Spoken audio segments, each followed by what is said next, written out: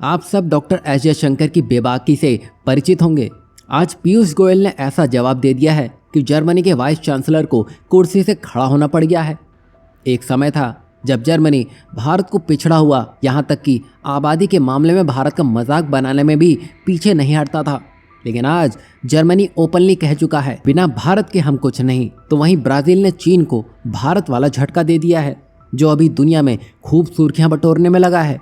ये तो आप जानते ही होंगे, चीन से हर कोई परेशान है। एक बड़ा ताकतवर देश भी परेशान है और एक छोटा कमजोर देश भी, और ये जग जाहिर है।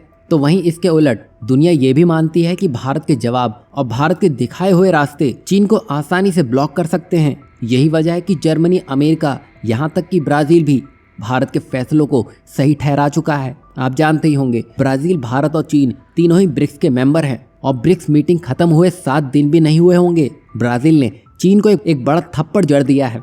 बता दें कि ब्राजील ने चीन की बेल्ट एंड रोड इनिशिएटिव यानी कि BRI को नमस्ते कह दिया है। यहाँ चीन ये सोच रहा था कि उसकी इस मेगा प्रोजेक्ट की ट्रेन पर सभी कूद पड़ेंगे, लेकिन लगता है कि ब्राजील ने टिकट ही कैंसिल कर दिया है और इस तरह वो ब्रिक्स क्लब में भारत के बाद दूसरा देश बन गया है जिसने इस मेगा प्रोजेक्ट से अपना हाथ पीछे खींच लिया है। कुल मिलाकर चीन ने अरबों डॉलर खर्च करके अपनी सड़क, पुल और रेलवे लाइन दुनिया भर में बिछाने की पूरी तैयारी कर ली थी, लेकिन ब्राजील ने साफ कह दिया, शुक्रिया भाई, आप यहाँ से चलते बने। बता दें कि यहाँ ब्राजील ने साफ कह दिया है कि वो अपने तरीके से चीन के साथ अपने रिश्ते मजबूत करना चाहता है, बस इसमें कोई लंबा चौड़ा एग्रीमेंट साइन ना करना पड़े। मतलब ये बात ब्राजील भी अच्छे से जानता है कि अगर चीन के इस झांसे में फंस गए तो सारे रास्ते ही बंद हो जाएंगे। खास बात तो ये देखिए कि ब्राजील ब्रिक्स का एक मजबूत मेंबर भी है।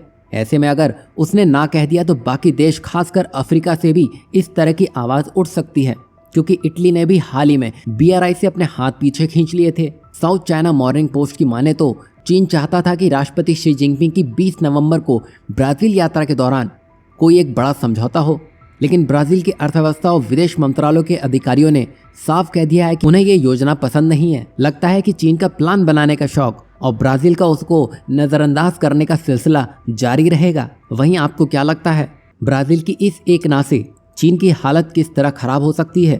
क्योंकि एक तो वो खुद ब्रिक्स का मेंबर है और उसने ऐसा फैसला ले लिया है, तो चीन की हैसियत और ब्रिक्स में जो उसने अपना रुतबा बैठाया है उसका क्या होगा? वहीं नेक्स्ट अपडेट की बात करें तो ये जर्मनी और भारत से जुड़ी हुई है, जिसने दुनिया को भारत की ओर देखने पर मजबूर कर दिया है। ये तो आप जानते ही होंगे, जर्मनी के चांसलर अपने लाव लश्कर के साथ भारत आए थे ताकि भारत से जुड़कर वो अपनी अर्थव्यवस्था को भी भगा सके।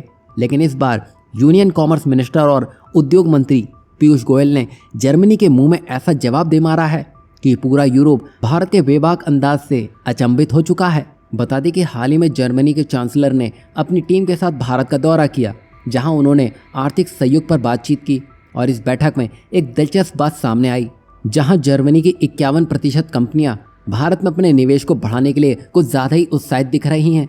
ये सब तब हो रहा है जब जर्मनी की कंपनियां चीन से अपने कारोबार को घटाने के बारे में सोच रही हैं।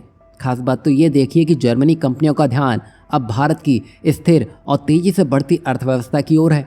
वहीं इसके उलट चीन अभी अस्थिर होने में लगा है और उसका ध्यान पूरी तरह से ताइवान के इर्द गिर्द ही घूम रहा है। उससे जर्मनी ही नहीं बल्कि अमेरिका को भी डर सता रहा है कि कहीं ये पूरी सप्लाई चेन को ही बाधित ना कर दे। यही वजह है कि ज्यादातर बड़े देश भारत को अपना हब बनाने के इरादे से आगे बढ़ चले हैं। जहां जर्मनी भारत की तरफ देखने में लगा है तो भारत इसको देखकर उतावला नहीं हो रहा है कि वाह, जर्मनी भारत में लाव लश्कर लाने में लगा है, बल्कि यहाँ भारत ने जर्मनी को एक बड़ा जवाब दे दिया है।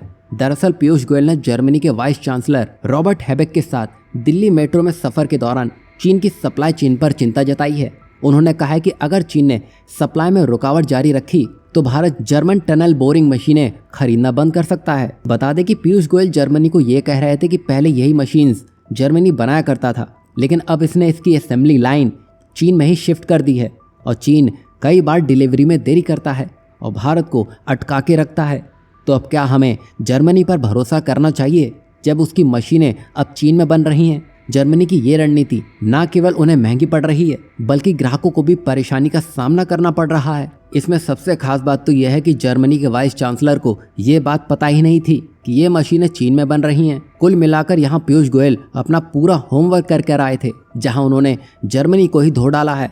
इस बार पीयूष गोयल ने एस जयशंकर वाला काम कर दिया है और जर्मनी को ऐसा जवाब दे दिया है कि वो अब इस काम को हल करने के लिए कुछ न कुछ काम करेगा ज़रूर।